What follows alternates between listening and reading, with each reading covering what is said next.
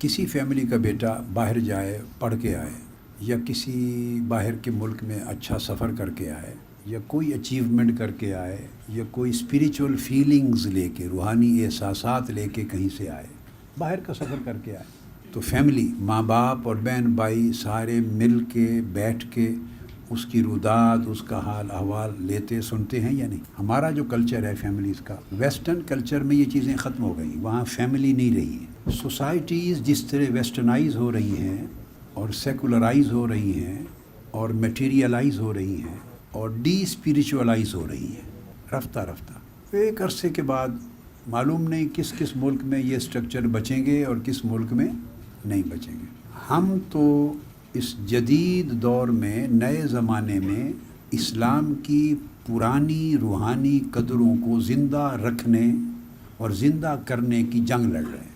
اگر آپ سے کوئی پوچھے صرف ایک جملے میں بتا دیں آپ لوگ کیا ہیں, آپ کی تحریک کیا ہے, آپ کی اسٹرگل کیا ہے, تو وہ ایک جملہ بتا دیتا ہوں. وہ یہ ہے کہ ہم اس نئے مادی زمانے میں نئے اور مادی دور میں پرانے دور کی روحانی قدروں کو زندہ رکھنے اور زندہ کرنے کی جنگ لڑ رہے ہیں. ہم یہ لوگ ہیں بس. یہ ارتباط ہے, یہ ہمارا خاصیت ہے کہ یہ ہم نے قدیم اور جدید کو اس طرح جوڑا ہوا ہے. جنگ لڑ رہے ہیں جدید زمانوں کے تقاضوں کے مطابق, چونکہ جدید زمانے میں ہے.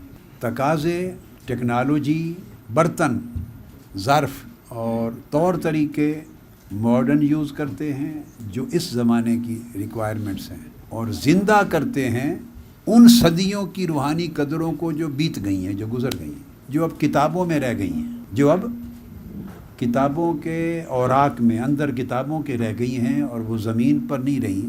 ہم اس نئے دور کی نئی زمین پر کتابوں کے اوراق میں گم شدہ قدروں کو زندہ کرنے اور زندہ رکھنے کی ایک جنگ لڑ رہا. جس طرح فیملیز میں بیٹے بیٹیاں آتے ہیں اور سارے والدین بھائی بہن مل کے بیٹھتے ہیں اور شیئر کرتے ہیں اس خوشی کو, ان احساسات کو, اور اس سے بھی وہ خوشی ایکچولی شیئر کرتے ہیں. اب شیئر کرنے کا معنی بھی بدل گیا ہے. خوشی اور غم کو شیئر کرنا, اس کا معنی چینج ہو گیا ہے. اب یہ معنی ہو گیا ہے, لغات بھی تبدیل ہو گئی ہیں, ڈکشنریز. اب معنی یہ ہے کہ بیٹھ کے بات کرنا اور سننا, اس کا معنی ہے شیئر کرنا. بیٹھ کے اکٹھے بیٹھ کے کوئی بات کرے دوسرا سنے اور وہ بات کرے یہ سنے, تو آپس میں ایک دوسرے احساسات کو شیئر کرنے کا مطلب صرف زبان اور کان کا رشتہ رہ گیا ہے. شیئر کرنے کا معنی پہلے یہ نہیں تھا.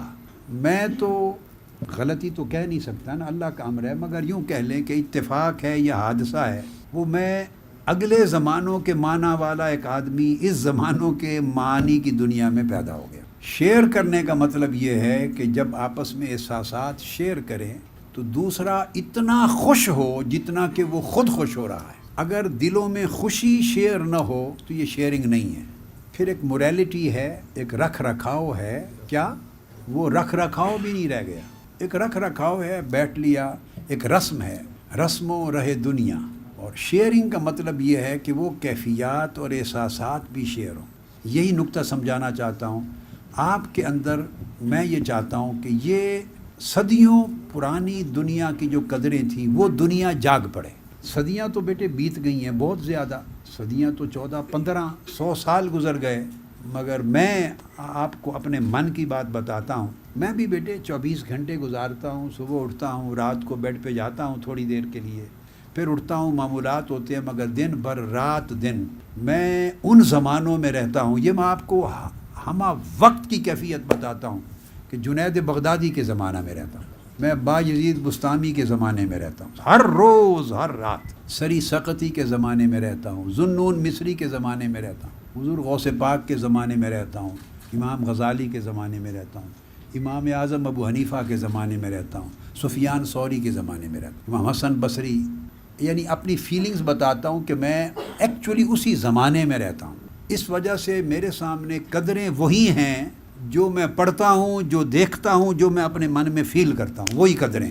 بقایا جو کچھ ہے اس کو ناقدری سمجھتا. اب میں یہ تو امپوز نہیں کرتا اور کبھی میں نے ایکسپیکٹ بھی نہیں کیا کہ جو میری فیلنگز ہیں وہ ساری کی ساری آپ کو منتقل ہو جائیں یہ تو شاید ان نیچرل ہوگا. یہ تو جب اللہ پاک پہلے زمانوں میں اپنی انبیاء اور رسولوں کو بھیجتا تھا وہ بھی اپنے صحابہ سے یہ ایکسپیکٹ نہیں کرتے تھے کہ وہی اسٹیٹ ان کو بھی منتقل ہو جائے، نہیں، مگر یہ کہ جتنا کوئی ریسیو کر سکتا ہے، چونکہ سارے ریسیپینٹس ہوتے ہیں نا، ریسیونگ اینڈ پر ہوتے ہیں، جتنا کوئی ریسیو کر سکتا ہے، ڈائجسٹ اور ابزارب کر سکتا ہے، پھر اس کو فیلنگز میں کنورٹ کر سکتا ہے، اس کو پریکٹس میں لا سکتا ہے، اور جتنا اس میں ڈھل سکتا ہے اتنا ڈھلے.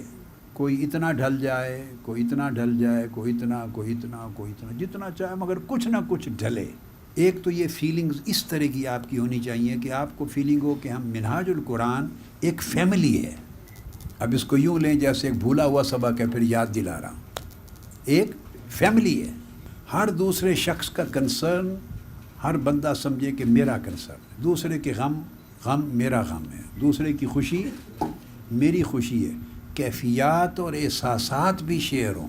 جب بیٹے کیفیات اور احساسات شیئر ہونے لگیں گے، کوئی کسی کے احساسات کو ٹھیس نہیں پہنچائے گا، نہ اپنی زبان سے، نہ اپنے یعنی کلام سے، نہ اپنے عمل سے. دوسرے کے احساسات کو ٹھیس نہیں پہنچائے گا، کیونکہ وہ فیل کرتا ہے کہ وہ میرا ہی احساس ہے. اس کو دکھ ہوگا تو مجھے دکھ ہوگا، اس کی عزت میری عزت. ایک تو بحیثیت فیملی اس چیز کو اڈاپٹ کرے. ایک ماحول ہے، آدمی ڈسٹرب ہوتا ہے اور اس سے پوچھیں کیوں ڈسٹرب ہے، وہ فیل کرتا ہے کہ وہ فلاں کی وجہ سے ڈسٹرب ہے، فلاں کی وجہ سے. جب ڈسٹربنس ہوتی ہے تو وہ ڈسٹربنس کی روٹ کاز باہر ڈھونڈتا ہے، ارد گرد جس ماحول میں رہ رہا ہے. اب میں آپ کو اپنی اپروچ اور دنیا کی اپروچ کا فرق سمجھا رہا ہوں. مجھے نہیں معلوم کون درست ہے کون غلط ہے، کون درست ہے کون غلط ہے اللہ جانے، مگر میں اپنی اپروچ اور دوسری اپروچ میں فرق بتا رہا ہوں. میں چونکہ کسی اور زمانے میں رہتا ہوں تو میری اپروچ بھی ڈیفرنٹ ہوگی. نظر تو آپ کو اسی زمانے میں آتا ہوں مگر رہتا کسی اور زمانے میں ہوں. یہ بڑی ایک عجیب سی کیفیت ہے. اپروچ یہ ہے کہ ہر شخص وہ اگر ڈسٹربنس فیل کرتا ہے، فرسٹریشن فیل کرتا ہے، پریشانی فیل کرتا ہے، عدم اطمینان فیل کرتا ہے، جو کچھ بھی جھنجھناہٹ ہوتی ہے، جو وہ اس کے اسباب ماحول میں دوسروں کے اندر تلاش کرتا. میں نے دیکھا یہ ہے کہ دوسروں میں اسباب تلاش کرنے والا ساری زندگی ایفرٹ کرتا رہے، وہ کبھی فرسٹریشن دور نہیں کر سکتا. اس کی فرسٹریشن دور ہوگی ہی نہیں، ہونی ہی نہیں ہے. یہ پتھر پہ لکیر ہے، 2 + 2 4 کی طرح. میری دانش میں اس نے تشخیص ہی غلط رخ پہ کی ہے، وہ کبھی دور نہیں ہوگی. اب آپ پوچھیں کہ وہ پھر فرسٹریشن کی روٹ کاز کہاں سے تلاش کرے؟ اس کی روٹ کاز اس کے من میں ہے، اندر ہے، باہر کوئی نہیں. تو جب آدمی دوسرے میں تلاش کرتا ہے ڈسٹربنس اور فرسٹریشن کی روٹ کاز، اس کا کبھی علاج نہیں ہوتا. اس کی بجائے من میں تلاش. جب آپ اپنے من میں تلاش کریں گے اور اس کی اصلاح کریں گے، اپنے من کی اصلاح کریں گے، تو ہر دوسرے کے ساتھ مل جل کے رہنے کے لیے جو کمپیٹیبلٹی ہے، جو ایڈجسٹمنٹ ہے، جو اڈیپٹیشن ہے، جگہ بنانا، اسپیس کریٹ کرنا ہر دوسرے کے ساتھ رہن سہن کی، اور اس کی اونچ نیچ کے ساتھ اپنی اونچ نیچ کا ٹکراؤ نہ آنے دینا. اس کی اونچ ہو گئی ہے تو آپ نیچ کر کے ایڈجسٹ کر لیں، آپ کی اونچ ہو گئی ہے تو وہ بھی اسی طرح سوچ رہا ہے، وہ اپنی نیچ کر کے ایڈجسٹ کر لے. دونوں اگر اکٹھے آ جائیں تو ٹکراؤ ہوتا ہے. دیکھیے ایسے کریں، ٹکراؤ ہو گیا نا. اب ایک ہاتھ کو نیچے کر لیں تھوڑا سا اور چلائیں آگے، پورا چل گیا کہ نہیں، یا اس طرح اوپر کر لیں، کریں، چل گیا، کوئی ٹکراؤ آیا ہے. یہ ایڈجسٹمنٹ، یہی فلسفہ میاں بیوی کی زندگی کو خوشگوار کرنے کا ہے. شادیاں جب ہوتی ہیں تو شوہر کسی اور ساری ان خوبیوں کے ساتھ آتا ہے، بیوی کسی اور طرف سے آتی ہے، ٹکراؤ. کوئی بھی زندگی جہاں 2 افراد یا 2 سے زائد افراد آپس میں انٹریکٹ کرتے ہیں، اس میں خوشگواری پیدا کرنے کا اصول ہی ایک ہے، یا یوں یا یہی کولیگز میں ہے اور باہمی جہاں بھی کوئی رشتہ ہے. مقصد بات کا یہ ہے کہ یہ ایک سائنس ہے. ایک تو میں نے پہلی بات کی کہ ایک فیملی بن کے رہیں، مشکلات اور خوشیاں سب جوائنٹ ہو جائیں. دوسرا بتایا کہ اگر فرسٹریشن اور ہر چیز کا اپنے من میں اور اپنے اندر باطن میں تلاش کریں اور کوئی اور سورس آف فرسٹریشن کسی اور کو نہ سمجھیں. آپ اس چیز کے لیے مکلف نہیں ہیں کہ آپ یہ فیصلہ کریں کہ نہیں میری فرسٹریشن اسی کی وجہ سے. اگر یہ اس طرح سوچیں گے تو پھر نہ اس نے درست ہونا نہ آپ نے ہونا، کبھی زندگی حل ہو ہی نہیں سکتی. زندگی کا مسئلہ حل ہو ہی نہیں سکتا. آپ پوچھتے ہیں نا اس کا حل کیا ہے, تو اس سمت جائیں گے تو حل ہی نہیں ہے. اس سمت جائیں گے, دیکھو نا آپ کا برتاؤ ہے, مثلا اگر سیکریٹریٹ پہ ہیں تو کتنے 100 آدمیوں کے ساتھ اپنے پلیٹ فارم میں, فورم میں, اپنی تنظیم میں کام کر رہے ہیں, تو اس میں بھی کم سے کم 10-12 بندوں کے ساتھ ہو رہا ہوتا ہے, اور پھر ہر جگہ کام کرتے ہوئے آپ سے پھر 100 بندوں سے ڈیل کر رہے ہوتے ہیں, اور پھر اپنی پوری تنظیم میں چلے جاتے ہیں تو سینکڑوں اور ہزاروں کے ساتھ ڈیل کر رہے ہوتے ہیں. مختلف لیولز ہیں نا ڈیلنگز کے. کتنوں کو آپ اپنے جیسی سوچ کا اور بدل کر لیں گے اور بدل لیں گے؟ کتنوں کو بدل لیں گے؟ کتنوں کو بدلیں گے بتائیں؟ نہیں.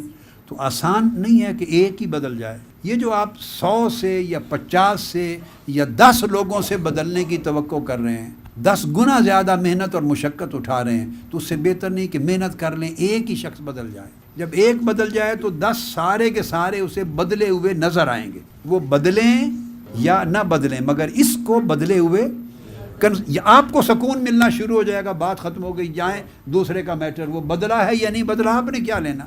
آپ کو اگر سکون ملنا شروع ہو گیا تو آپ سمجھیں گے وہ بدل گیا.